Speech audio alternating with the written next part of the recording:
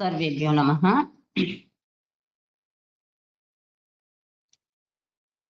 ఈరోజు మంత్రము 395వ మంత్రము. మంత్రం యొక్క ఋషి ఇరింబిఠి కాణ్వః. దేవత ఆదిత్యాః. ఆదిత్యః ఏకవచనం కాకుండా ఆదిత్యాః బహువచనంలో వచ్చినవి. ఛందః ఉష్ణిక్, స్వరః రిషభ. విషయం ఏంటిదంటే ప్రకాశమయ జీవితం. జీవితం ఏ విధంగా అంటే ప్రకాశవంతమైనటువంటిది అనగా జ్ఞానవంతమైనటువంటి జీవితం. అదేందో తెలుసుకుందాం. ఓ తుచేతునాయ తత్సునో ద్రాగీయ ఆయుర్జీవసే ఆదిత్యాసః సమహసః క్రీణోతనా. పదచ్ఛేదము. తుచే తునాయ తత్ సు నః ద్రాగీయః ఆయుః జీవసే ఆదిత్యాసః సమహసః సమహసః క్రీణోతన క్రీణోతన. ప్రస్తుత మంత్రం యొక్క ఋషి ఎవరంటే ఇరింబిఠి కాణ్వుడు. ఎవరైతే హృదయాంతరిక్షములో కదిలే సంకల్పముతో నిండి ఉన్నదో, ఎవరి యొక్క హృదయమో కదిలే అంటే గతి కలిగినటువంటి సంకల్పాలతో, జ్ఞానమయమైనటువంటి సంకల్పాలతో నిండి ఉన్నదో. బిఠి అనగా అంతరిక్షం. ఈర గతో, ఈర అనగా గతి. ఇరిం బిఠ. హృదయాంతరిక్షం లోపల జ్ఞానమయ సంకల్పాలు కలిగినటువంటి వారు ఎవరైతున్నారో అతడు నిరంతరం గతి చేస్తూ, ఆ విధంగా సంకల్పాలు కలిగినటువంటి ఎవరి హృదయంలో గతిమయ సంకల్పం కలదో అతడు నిరంతరం గతి చేస్తూ కొంచెం కొంచెం ప్రకాశాన్ని వెలుగును అనగా జ్ఞాన ప్రకాశాన్ని తనలో నింపుకునేందుకు ప్రయత్నం చేస్తాడు. ఎవరి హృదయం లోపలైతే గతి కలిగినటువంటి నిరంతరం గతి చేసేటువంటి లేదా జ్ఞానపూర్వకమైనటువంటి సంకల్పాలు ఉన్నాయో అలాంటి వారు ఏం చేస్తారంటే నిరంతరం గతి చేస్తూ కొంచెం కొంచెము ప్రకాశాన్ని తనలో నింపుకుంటాడు. అంటే జ్ఞాన ప్రకాశాన్ని, జ్ఞానాన్ని తనలో నింపుకునేందుకు ప్రయత్నం చేస్తాడు. అందుకే అతడు కాణ్వుడు అనబడినాడు. ఇతడు ప్రార్థిస్తున్నాడు. ఈ కాణ్వుడు, ఇరింబిఠి కాణ్వుడు ప్రార్థిస్తున్నాడు ఏమని? కొంచెం కొంచెం ప్రకాశాన్ని తన హృదయంలో నింపుకునేటువంటి గతిమయ క్రియలు కలిగినటువంటి జీవుడు తన లోపల కొంచెం కొంచెం జ్ఞానాన్ని నింపుకునేటువంటి కాణ్వుడు ఏమంటున్నాడు? ప్రార్థన చేస్తున్నాడు. ఏంటి అంటే, హే సమహసః, తేజస్సు గల, తేజస్సు, ఆ తేజస్సు గల ఆదిత్యాసః, ఆదిత్యులారా,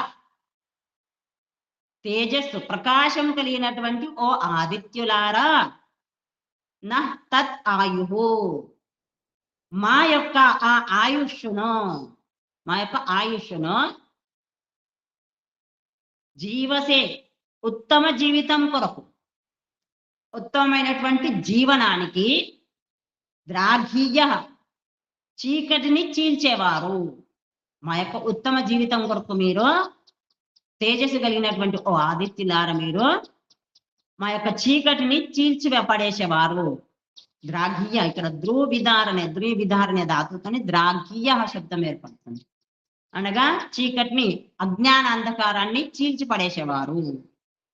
సుక్రీణోత, పరిపూర్ణతతో చెయ్యండి. కాబట్టి మీరు దూరం చేసేవారు కాబట్టి ఆ యొక్క అజ్ఞానాంధకారాన్ని పరిపూర్ణతతో, మీ యొక్క పరిపూర్ణతతో దూరము చెయ్యండి.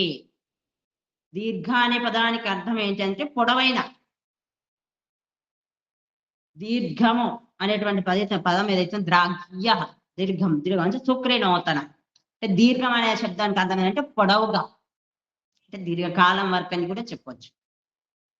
పొడవైన అని అర్థం దీనికి. హిందీలో ఏమంటారంటే లంబాహో అనే ఒకటి శబ్దం ఉంది. అంటే ఈ భావనానుసారంగా కూడా ప్రార్థన స్వరూపం ఇదే. అనగా ఈ నానుడి చెల్లంబాహం అంటే ఇది ఒక నానుడి హిందీలో ఒక సూక్తి లేదా నానుడి ఏంటంటే అది పొడవు కావడం అనగా దీని యొక్క అర్థం ఏంటి పారిపో అని దూరంగా పారిపో పొడవు అంటే చాలా దూరంగా వెళ్ళిపో ఏంటి అజ్ఞానం అని అంధకారం ఈ భావనానుసారంగా కూడా ప్రార్థనా స్వరూపం ఇదే అనగా మా జీవితాన్ని అలా చెయ్యండి ఎందులో నుండి అంధకారం పారిపోయిందో దేంట్లో నుండి అయితే అంధకారం పారిపోయిందో ఆ విధంగా మా జీవితాన్ని సుదీర్ఘంగా చేసేయండి ప్రకాశంతో సుదీర్ఘంగా చేసేయండి అత్యంత దూరంగా మా అందుబాటులో లేకుండా అంధకారం పారిపోవాలి ఆ మొత్తం కూడా ప్రకాశమయమై ఉండాలి జ్ఞానంతో నిండుకొని ఉండాలి ఆదిత్యుల విశేషణం ఆదిత్యుల యొక్క విశేషణం అంటే సమహస్ అని చెప్పబడింది ఆదిత్యుల విశేషం సమహస్ అంటే తేజస్సు గల చేర్చి ప్రకాశంతో పాటుగా తేజస్వితను అనగా తేజవంతంను అడుగుటకు కారణం సమాసం యొక్క అర్థం ఏంటంటే తేజస్సును ప్రార్థించడం తేజస్సును యాచన అడగడం అడుక్కోవడం కూడా కారణం సంకేతం తెలియజేస్తుంది అనమాట ఇది మా జీవితాలు ప్రకాశమయం మరియు తేజవంతం అగునుగాక మా యొక్క జీవితాలు ఎలా కావాలి ప్రకాశవంతం మరియు తేజవంతం కావాలి అనగా జ్ఞాన ప్రకాశంతో నిండుకున్నవై ఉండాలి జ్ఞానపూర్వకంగా నడుచుకునేవై ఉండాలి జీవితం అంటే ఇంతే ఏంటి జీవితం అనేది ఏంటంటే విజ్ఞానం మరియు శౌర్యం అనగా శౌర్యం అని యశస్సులతో విజ్ఞానం జ్ఞానంతో కూడినటువంటి మరియు వీరత్వంతో కూడినటువంటి యశస్సులతో సంపన్నమై ఉండుట జ్ఞానము విజ్ఞానం మరియు శౌర్యం ఈ కీర్తులతో సంపన్నమై ఉండుట ఇవి లేకుండా అయితే జీవితము కమ్మరి వారి భస్త్ర ఇవి లేకుంటే జీవితం ఎలా అంటే కమ్మరి భ్రస్త అంటే కొలిమితిత్తి మీకు తెలుసో లేదో మేము చిన్నప్పుడు చూసామండి కొలిమితిత్తి అంటే కమ్మరి వాళ్ళది అగ్నితోని మన ఈ ఉంటాయి గొడ్డలు కట్ చేసేటి చాకులు కానీ గొడ్డలు కానీ కొడవళ్ళు అంటాం కదా రంపం అలాంటివి వాటిని పదును పెట్టాలి అంటే ఆ కొలిమిలో పెట్టి అనగా అగ్నిలో కాల్చి వాళ్ళు సుత్తెతో కొట్టి పదును చేస్తారన్నమాట అయితే దానిని చెయ్యడానికి అగ్నిని వెలిగించడం కొరకు ఒకటి తిత్తి అని ఉంటుంది అంటే ఒక తోలుతోని తయారు చేసింది ఒకటి సంచిలాగా ఉంటుంది దాని మూతి గట్టి ఉంటది దాన్ని లేపుకుంటే ఇట్లా కొట్టిన కొద్ది అది ఆ గాలి అనేది బయట అందులో గాలి పైకి లేపిన గాలి లోపలికి వెళ్తుంది కిందికి కొట్టేసరికల్లా మళ్ళీ ఒక గాలి బయటకు వచ్చి ఆ అగ్నిని అంటే ఆ అంగార అగ్ని కణాలను వేడి చేస్తుంది బాగా ప్రజ్వలింపజేస్తుంది అన్నమాట ఆ విధంగా తిత్తి కొలిమి తిత్తి ఎందుకు అంటే ఆ దానిని ఎందుకు పోల్చారంటే ఇక్కడ ఇవి లేకుండా అంటే ఏంటి జ్ఞానం లేకుండా మరియు శౌర్యవంతం కానటువంటి జీవితం ఏదైతుందో అది కొలిమి తిత్తి లాంటిదంట ఎందుకు అంటే అందులో కూడా ప్రాణం ఉంటుంది అనగా గాలి ఊపిరి ఉంటుంది అది కూడా శ్వాస ఊపిరి పీల్చుకుంటుంది అది కూడా శ్వాస పీల్చుకుంటుంది కానీ అందులో జ్ఞానము లేదు శౌర్యము లేదు అదే విధంగా మన జీవితం కూడా అలాంటిదే ఇక్కడ శ్వాస తీసుకుంటుంది వదిలిపెడుతుంది కానీ అందులో జ్ఞానము ఉండాలి మరియు శౌర్యం ఉండాలి ఉన్నప్పుడు అది జీవితం అనబడుతుంది లేదంటే కొలిమి తిత్తిలాగా అది శ్వాస తీసుకుంటుంది వదిలిపెడుతుంది కానీ దాంట్లో ప్రాణం అనేది లేదు ఏది లేదండి కాబట్టి మన తర్వాత కూడా మన ఇంటిలో మన యొక్క జ్ఞానము శౌర్యం ఎలా ఉండాలంటే మన తర్వాత కూడా మన ఇంటి లోపల ప్రకాశము మరియు తేజస్సు లేకుండా ఉండకూడదు అనగా మనము ఈ జీవితంలో ఉంటాము మళ్ళీ వెళ్ళిపోతాం కానీ మన వంశ పరంపర నడుస్తూ ఉంటది కదా ఆ వంశ పరంపరలో కూడా ఎప్పుడు ప్రకాశం వెలుగు తేజస్సు అనేది ఉండాలి అనగా శౌర్యవంతుల కుటుంబమై ఉండాలి విజ్ఞానవంతుల కుటుంబమై ఉండాలి అందుకే మంత్రంలో ప్రార్థన చేస్తున్నారు ఏంటి అంటే తుచే తుచే అనగా మా పుత్రుల కొరకు కూడా తుచే అనగా మా పుత్రుల కొరకు కూడా ప్రకాశమయ జీవితాలను ఇవ్వండి మా పుత్రులకు కూడా మాకే కాదు మా పుత్రులకు కూడా ప్రకాశాన్ని అంటే అయినటువంటి జీవితాలను ఇవ్వండి మరియు పుత్రుల తర్వాత ఇంకెవరు తునాయ తుచే పుత్రులు తునాయ పౌత్రులు తునాయ పౌత్రుల కొరకు కూడా మా వంశ విస్తారం చేసేవాడు పౌత్రులు మనమన్లు మనమరాళ్ళు ముని మనమన్లు అని చెప్పుకుంటా ఉంటారు కదా ఆ మనవాళ్ళు ఏదైతే ఉన్నారో అనగా పౌత్రులు కూడా ప్రకాశమును వాళ్ళకు కూడా ప్రకాశాన్ని కలిగింప చెయ్యండి. పౌత్రుల కొరకేంటి? అపత్యం పౌత్ర ప్రభృతి గోత్రం అనేటువంటిది వ్యాకరణంలో వస్తుంది. అష్టాధ్యాయ సూత్రము 4వ అధ్యాయము 1వ పాదంలో 162వ సూత్రం. అపత్యం పౌత్ర ప్రభృతి గోత్రం. గోత్రం అంటే ఏంటి? మా గోత్రం నిరంతరం వర్ధిల్లాలంటే పౌత్ర ప్రభృతి అంటే మనమన్లు మనమరాలు ముని మనమల్ని ఆ విధంగా చెప్తున్నాం కదా, 7 తరాల వరకు ఆ విధంగా నడిచేది ఏదైతుందో అది గోత్రం అనబడుతుంది. అనగా ఆ గోత్రం నిరంతరము జ్ఞానమయంగా ప్రకాశవంతంగా ఉండాలి, జ్ఞానపూర్వకంగా మరియు శౌర్యవంతులై ఉండాలి. ఆ విధంగా మా గోత్రం ఎల్లప్పుడూ ఆ విధంగా నడవాలి. అపత్యం పౌత్ర ప్రభృతి గోత్రం ఈ నియమంగా పౌత్రుని నుండి మొదలు పూర్తి సంతానం, పౌత్రుడు అంటే మనవన్ నుండి మొదలు పూర్తి సంతానం గోత్రం అనబడుతుంది. మా గోత్రంను మీరు ప్రకాశమయం మరియు తేజోవంతము చెయ్యండి. మా యొక్క గోత్రం ఏదైతుందో దాన్ని పూర్తిగా ప్రకాశవంతంగా తేజోవంతంగా చెయ్యండి. మరి ఆ విధంగా కావాలి అంటే చూడండి, తాతలు ముత్తాతలు మనకు ఐశ్వర్యాన్ని సంపాదించివ్వడం కాదు, ఐశ్వర్యంతో పాటు దానిని ఏ విధంగా ఉపయోగించుకోవాలి అనగా దాన ధర్మాలు చేస్తూ తన లోపల జ్ఞానాన్ని నింపుకోవాలి. శూరునిగా వీరునిగా దానం చేయడంలో కూడా, శత్రువులను సంహరించడంలో కూడా శూరులు వీరులై ఉండాలి. జ్ఞానాన్ని నింపుకోవడంలో, అజ్ఞానాన్ని దూరం చేయడంలో కూడా శూరులు వీరులై ఉండాలి. అలాంటి గోత్రం మాకు కావాలి. కాబట్టి ఆ విధంగా మేము ఆ వంశంలో ఆ గోత్రంలో పుట్టిన వారం అయి ఉండాలి. ఆ విధంగా మేము పుట్టినటువంటి గోత్రం వంశం ఏదైతుందో ఆ విధంగా నడవాలి. అలా చెయ్యండి అని వేడుకోవడం. ఎవరితో? ఆదిత్యులతో. ఆదిత్యులతో ప్రార్థన యొక్క అభిప్రాయం ఇది. అనగా ఆదిత్యులు ఎవరు మరి అంటే, ఆదిత్యులు మనకు తెలిసినదేంటి? 12 నెలలు ఏవైతున్నాయో వాటిని ఆదిత్యులు అంటారు. అనగా సూర్యుని అనుసారంగా ఆ సమయం గడుస్తుంది. ఆ నెలలు అనేటివి ఏవైతే సూర్యునికి అనుసారంగానే నడుస్తాయి. కాబట్టి సూర్యుడు ఆదిత్యుడు. ఆ 12 నెలలను కూడా ఆదిత్యులు అంటారు.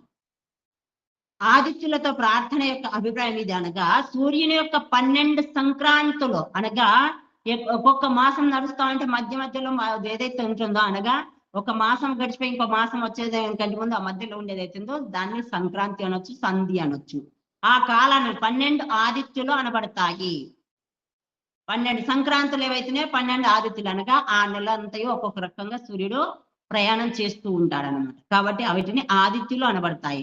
మరియు వీటితోనే 12 మాసములు, సూర్యుని యొక్క 12 సంక్రాంతులు ఏవైతే 12 అయనాలు ఏవైతున్నాయో వాటినే 12 మాసములు లేదా నెలలు, వాటి ద్వారానే తయారవుతాయి. మనం ఆ మాసాలను నక్షత్రాల పేర్లతో తెలుసుకుంటే, ఆ మాసాలను ఒక్కొక్క నక్షత్రంతో తెలుసుకుంటాం. పౌర్ణమి రోజు ఏ నక్షత్రం అయితే ఉంటుందో ఆ నక్షత్రానుసారంగానే ఆ యొక్క మాసము చేర్చబడుతుంది. కృత్రికా నక్షత్రేణ యుక్త కాల కార్తీక మాసం, కృత్తికా నక్షత్రం. శ్రవణ నక్షత్రం పౌర్ణమి రోజు అంటే శ్రవణ నక్షత్రేణ యుక్త శ్రావణ. ఆ విధంగా పౌర్ణమి రోజు ఏదైతే నక్షత్రం అంటే వాటి అనుసారంగా ఆ యొక్క మాసాల పేర్లు వస్తున్నాయి. లేదా సూర్యుని యొక్క సంక్రమం ఏది జరుగుతుందో ఆ విధంగా ఆ మాసాల పేర్లు ఉన్నాయి. వాటిని నక్షత్రాల పేర్లతో తెలుసుకున్నట్టయితే మేము ఈ సంసార, అనగా ఈ ప్రపంచం అనేటువంటి వృక్షం ఏదైతుందో, ఈ ప్రపంచం అనే వృక్షము, దానిని సృష్టి అనేది వృక్షంపై ద్వా సుపర్ణ సైజా సకాయ సమానం వృక్షం పరిశశ్వ జాతే తయో అన్య పిప్పలం స్వాదు అత్తి అనశ్నన్ అన్య అభిచాకశీతి. ఈ ప్రపంచం అనేటువంటి వృక్షం పైన 2 పక్షులున్నాయి. ఏంటి అవి? జీవుడు, దేవుడు. జీవుడు ఒక పక్షిలాగా అన్ని జీవులను కలిపి ఒకటిగా అనుకుంటే, మరియు దేవుడు మాత్రం ఒకడే. జీవులన్నీ ఒక గుంపగా అనుకుని జీవులు అంటే జీవులను మరియు పరమాత్మ ఈ ప్రపంచం అనేటువంటి వృక్షం పైన నివసిస్తున్నారు.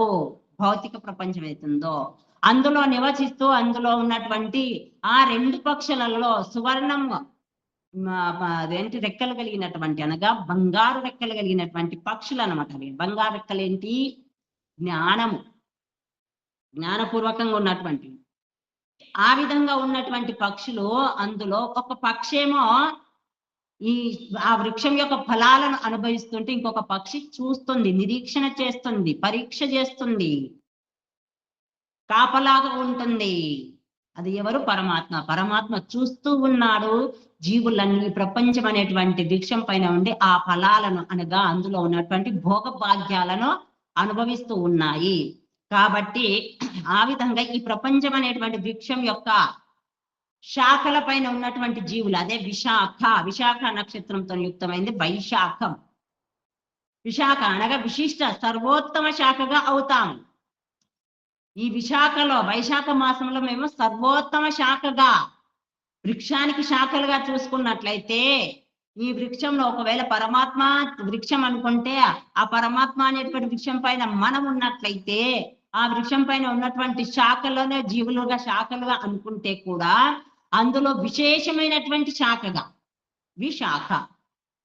విశాఖగా అవుతాము. విశేషంగా అనగా పరమాత్మ యొక్క జ్ఞానాన్ని పొంది మేము సంపూర్ణ జ్ఞానవంతులము మరియు జ్ఞానాన్ని పంచే వాళ్ళము అవుతాము.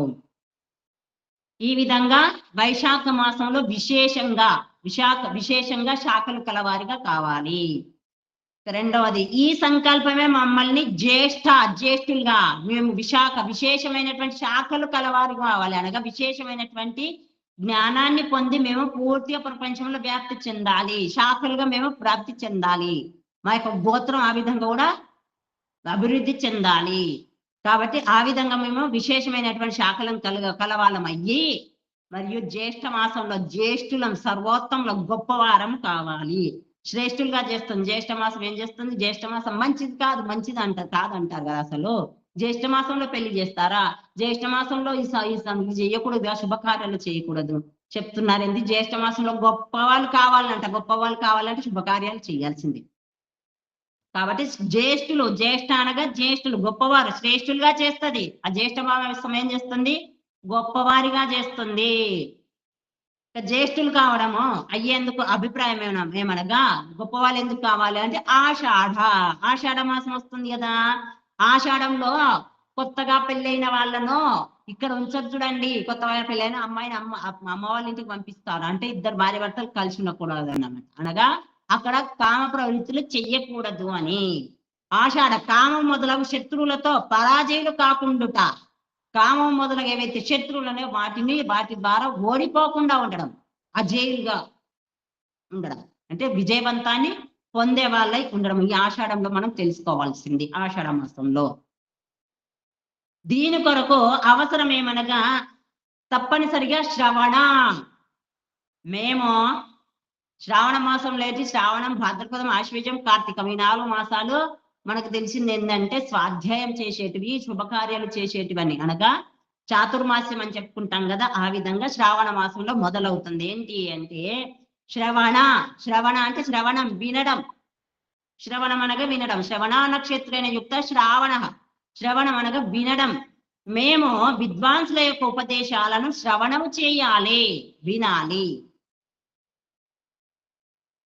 ఐదవది, ఇదే భాద్రపదం ఏదైతే మేము విద్వాంసుల ద్వారా వింటున్నామో విద్వాంసుల ద్వారా జ్ఞానాన్ని వినాలి, జ్ఞానాన్ని తెలుసుకోవాలి. శ్రావణ మాసంలో చేయాల్సింది జ్ఞానాన్ని పొందడము. మరి పొందిన దాన్ని ఏం చెయ్యాలి? భద్రపద కళ్యాణం, శుభానికి మార్గం. భాద్రపద మాసం ఏంటి? ఆ పొందిన దాన్ని ఇంకా శుభాలకు తీసుకెళ్ళడము, శుభానికి మార్గం. ఏదైతే శ్రవణం చేస్తున్నో దానిని శుభ మార్గంలో, కళ్యాణ మార్గంలో తీసుకెళ్ళాలి. 6వది, దీనిపై నడిచేందుకు అశ్విని రేపు శ్వ అనగా రేపు, అశ్విని అశ్వ అనగా ఉపాసన చేయకూడదు. రేపు చేస్తాను ఉపాసన, రేపు చేస్తానని కాదు, ఎప్పటికప్పుడే ఉపాసన చేయాలి. ఆశ్వేజ మాసంలో ఏం చేయాలి? ఉపాసన చెయ్యాలి. రేపు చేస్తాను, ఇప్పుడు చేస్తాను, తర్వాత చేస్తాను కాదు, రేపటి వరకు అని కాదు, వెంటనే చేయడం. అనే ఉపాసన చేయకూడదు. రేపు అనేటువంటి ఉపాసన చేయకూడదు. రేపు చేస్తాను అనేటువంటిది వాడకుండా ఎప్పుడు ఏదైతే చేయాలనుకో అది వెంటనే చేసేయాలి. అనగా ఏదైతే భద్రం శుభం అని అనుకుంటున్నావు దాన్ని ఆ సమయం లోపలనే చేసేయు. అది ఆశ్వేజ మాసం. కార్తీక మాసం కామాదులు అనే శత్రువులను ఇప్పటి నుండే వధించడం ప్రారంభం చెయ్యాలి. ఇక కార్తీక మాసంలో ఏం చేయాలి? కార్తీక మాసంలో కూడా నేను తెలుసుకున్నది ఏంటంటే చూశాను, పౌరాణికులు ఏం చేస్తారంటే ధనుర్మాసం అని కూడా అంటారు కదా. అప్పుడు చలికాలం ఉంటుంది. ఆ చలికాలం అయినా సరే ఉదయం లేచి స్నానాలు చేసుకొని జపాలు చేస్తారు బాగా కార్తీక మాసం. ఏంటి అంటే అక్కడ శత్రువులను ఛేదించడం, శత్రువులను దూరం చేయడం బాగుగా ఇప్పటి నుంచే పారద్రోలేయాలన్నమాట. ఇక వీటిని వెతికి వీటి యొక్క ఏవైతే శత్రువులు వాటిని వెతికి మనకు లోపల మూలాన దాగి ఉంటాయి. అవసరం రాగానే అవి పరిగెత్తుకొని మీదికి ఇట్లా ఉబ్బలన అంటారు కదా, పైకి ఎత్తుకొని వచ్చేస్తాయి అనమాట. ఏదైనా నచ్చిందంటే ఎంత ప్రశాంతంగా ఉన్నటువంటి వ్యక్తి కూడా అప్పుడప్పుడు కోపానికి వచ్చేస్తాడు. ఆ విధంగా ఎత్తుకొని బైకి లేచి వస్తాయన్నమాట. అలాంటి వాటిని కూడా వెతికి వీటిని నాశనం చేయాలి. అదేంటి నాశనం. అందుకే మనం మృగశిర అంటే వెతికి వారిని నాశనం చెయ్యాలి. ఆ విధంగా చేసి ముఖ్యమైన వాళ్ళంగా అవ్వాలి. వీటిని నాశనం చేసి తన పోషణ చేసుకోవాలి. ఏవైతే శత్రువులు ఉన్నాయో కామ క్రోధాదులు అనేటువంటి శత్రువులు వాటిని వెతికి నాశనం చేసి పుష్యమాసంలో పోషణ చేసుకోవాలి. పుష్యమాసంలో ఏమేమో పుష్కరాలు అవి విధంగా చేస్తూ ఉంటారు స్నానాలు గిన. అక్కడ ఏంటి అంటే కామాదులు ఏవైతే ఆ శత్రువులను నాశనం చేసి తనను యొక్క ఉన్నతి చేసుకోవాలి, అనగా జ్ఞానాన్ని పెంపొందింపజేసుకొని పోషణ చేసుకోవాలి. దానితో మా జీవితాలతో అఘ అంటే పాపము, మాఘం అంటే పాపాన్ని ఏ కోణంలో కూడా ఉండకుండా తీసేసుకోవాలి, నిర్మలంగా కావాలి. మాఘమాసంలో ఎక్కడో వెళ్ళి స్నానం చేస్తే, ఇక్కడ వెళ్ళి స్నానం చేస్తే, అక్కడ వెళ్ళి స్నానం చేస్తే పాపం పోతుందని చెప్పి జలంలో స్నానం చేసి వస్తారండి నదులలోకి వెళ్ళి.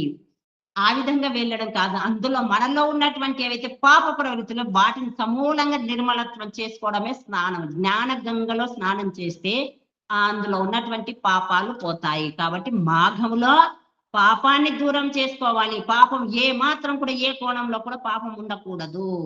ఈ నిర్మలత్వం కల ఆ ఐశ్వర్యంతో సంపన్నం కావాలి. దానితో ప్రపంచమంతా ఐశ్వర్యం. పాల్గొన మాసం అంటే పాల్గొన మాసం పూర్తిగా పంటలు వచ్చేస్తాయి అనమాట. పాల్గొన మాసం అనేది పూర్తిగా హరితం అయిపోతుంది, ఫలాలను వస్తుంది.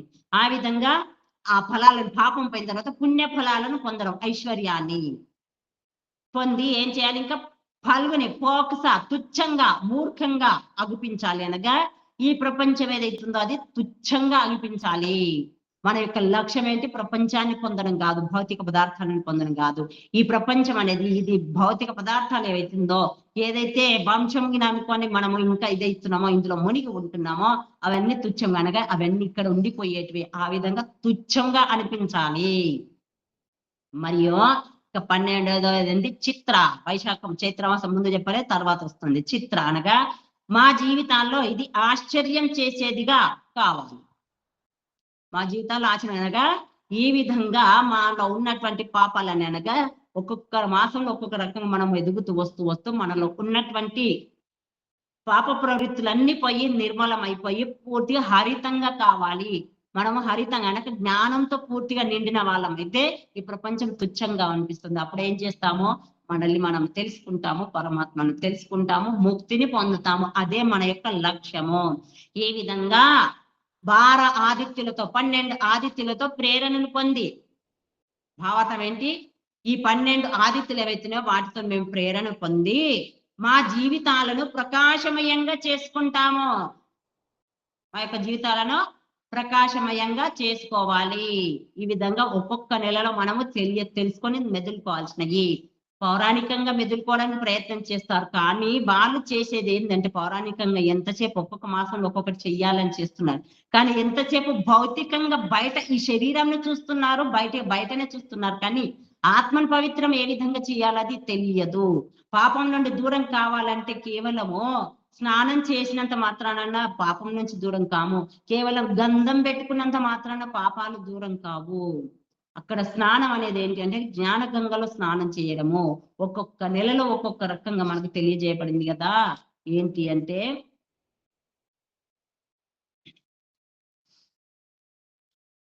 వైశాఖ మాసంలో విశేషంగా తయారు కావాలి. వైశాఖం తర్వాత జ్యేష్ఠంలో గొప్పగా కావాలి. తర్వాత జ్యేష్ఠం ఆషాఢంలో కామాదులు ఏవైతే వాటిని దూరం చేసుకోవాలి, వాటి నుండి దూరంగా ఉండాలి. ఆషాఢం తర్వాత ఏమొస్తుంది, శ్రావణ మాసంలో వినాలి, విద్వాంసుల యొక్క జ్ఞానాన్ని వినాలి. తర్వాత భారతపదంలో ఆ యొక్క జ్ఞానాన్ని పెంపొందింపజేసుకోవాలి, శుభకార్యాల్లో వినియోగించుకోవాలి, శుభకార్యం నడవాలి. అది రేపు అనకుండా ఎప్పటికప్పుడు ఆశ్వేజ మాసం ఎప్పటికప్పుడు చేయడము. అదే విధంగా కృత్తిక నక్షత్రం, కార్తీక మాసంలో ఏదైతుందో అందులో శత్రువులు ఎవరైతే వాటిని పూర్తిగా పారద్రోలం కొరకు ఇప్పటి నుంచి ప్రయత్నం చేయాలి, ప్రారంభం చెయ్యాలి. తర్వాత కార్తీకం తర్వాత మృగశిరం, మార్గశిర మాసం అంటాం కదా. మృగశిర మాసంలో లేదా మార్గశిర మాసం లోపల ఏం చేయాలి, మనలో ఉన్నటువంటి వాటిని అన్నింటిని నాశనం చేసి గొప్ప ముఖ్యులం కావాలి. తర్వాత వీటిని ఏం చేయాలి, పుష్యమాసంలో వాటిని పోషణ చేసుకోవాలి, వాటన్నింటిని ముఖ్యంగా చేసుకొని వాటిని పోషణ చేసుకోవాలి. ఆ తర్వాత జీవితం లోపల పాపం ఏదైతుందో వాటిని దూరం చేసుకోవాలి, పూర్తిగా నిర్మలంగా కావాలి, దాని ద్వారా సంపన్నులం కావాలి. ఆ విధంగా సంపన్నులమయ్యి అనగా జ్ఞానపూర్వకంగా సంపన్నులమయ్యి ఈ భౌతిక సంపన్నం ఏదైతే తుచ్చంగా అగిపించాలి. ఆ విధంగా మేము జ్ఞానంతో కూడుకొని పచ్చదనం తెచ్చుకునే జ్ఞానవంతులం అయిపోయి పరమాత్మను పొందాలి. ఈ విధంగా ఈ మంత్రం ద్వారా 12 నెలలతోని మనము ప్రేరణ పొంది పరమాత్మను పొందాలి. ఆ విధంగా నెలలు గడుస్తూ ఉంటే ఎంత సమయం గడుస్తూ ఉంటుంది, ఎంత నెలలు గడుస్తూనే ఆ తర్వాత సంవత్సరాలు గడుస్తూ ఉంటాయి. కాబట్టి ఆ విధంగా మన శరీరం కూడా క్షీణించడం ప్రారంభం అవుతుంది. కాబట్టి ఆ క్షీణిస్తూ ఉంటే అది క్షీణించకంటే ముందే మనము పరమాత్మను పట్టుకున్నట్లయితే మనము వచ్చినటువంటి కార్యం, మన యొక్క లక్ష్యం పూర్తి అవుతుంది, లేకుంటే కాదు, మళ్ళీ జన్మెత్తాల్సి వస్తుంది. కాబట్టి అది కలగకుండా ఉండడం కొరకు ఈ మంత్రం ద్వారా 12 నెలలు ఏవైతే ప్రతి నెలలో మనం ఒక్కొక్క ప్రేరణను పొందుతూ మన యొక్క ఒక్కొక్క రకంగా ఉన్నతి చేసుకోవాలి. ఏ మాసం కూడా ఇక్కడ చెడ్డది కాదు. చూడండి, మనం విచారణ చేసి దాన్ని అనుగుణంగా నడుచుకున్నట్లయితే ఏ మాసము చెడ్డది కాదు, ఏ సమయం కూడా చెడ్డది కాదు. మనం చేసినటువంటి కర్మల కారణంగానే అది మనకు మంచి చెడు జరుగుతుంది. కానీ సమయం మాత్రం మనకు మంచి చెడు చెయ్యదు.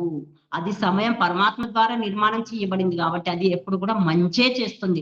దానిని మనము ఉపయోగించుకోవడం రావాలి. ఆ విధంగా ఈ మంత్రం లోపల ప్రేరణ తెలుసుకున్నాం, ప్రేరణను పొందాం. కాబట్టి ఆ యొక్క జ్ఞానం ద్వారానే మనము ఈ 12 నెలలు ఒక్కొక్క నెలను మనం గడిపితే, అదే విధంగా ఇప్పుడు మనము చైత్ర మాసంలో ఉన్నాం కదా, ఇన్ని రోజులైతే గడిచిపోయాయి.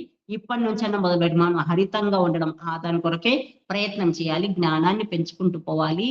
మన లోపల ఉన్నటువంటి కామ క్రోధాతులు ఏవైతున్నాయి, శత్రువులు ఏవైతున్నాయి, వాటిని పరాజయం చెయ్యాలి ఈ పరాభావ నామ సంవత్సరంలో.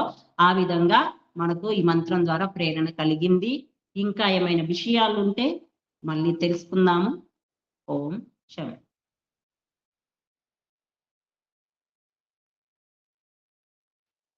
అర్థమైందా అండి?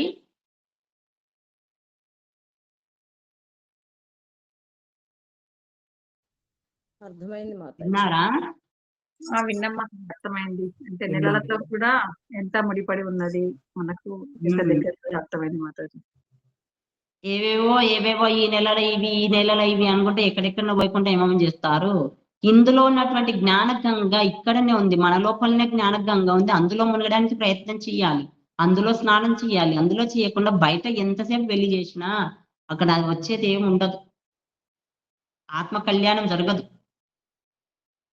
ఆత్మ కళ్యాణం జరగాలంటే తనలోనే ఉన్నటువంటి పరమాత్మలో మునిగిపోవాలి, అప్పుడు ఆత్మ కళ్యాణం జరుగుతుంది. అప్పుడు పాప ప్రవృత్తిలోని దూరం అవుతాం, పాపాలు చేయకుండా ఉంటాం.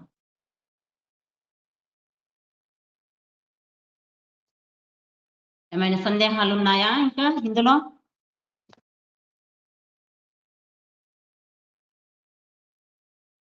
ఓం.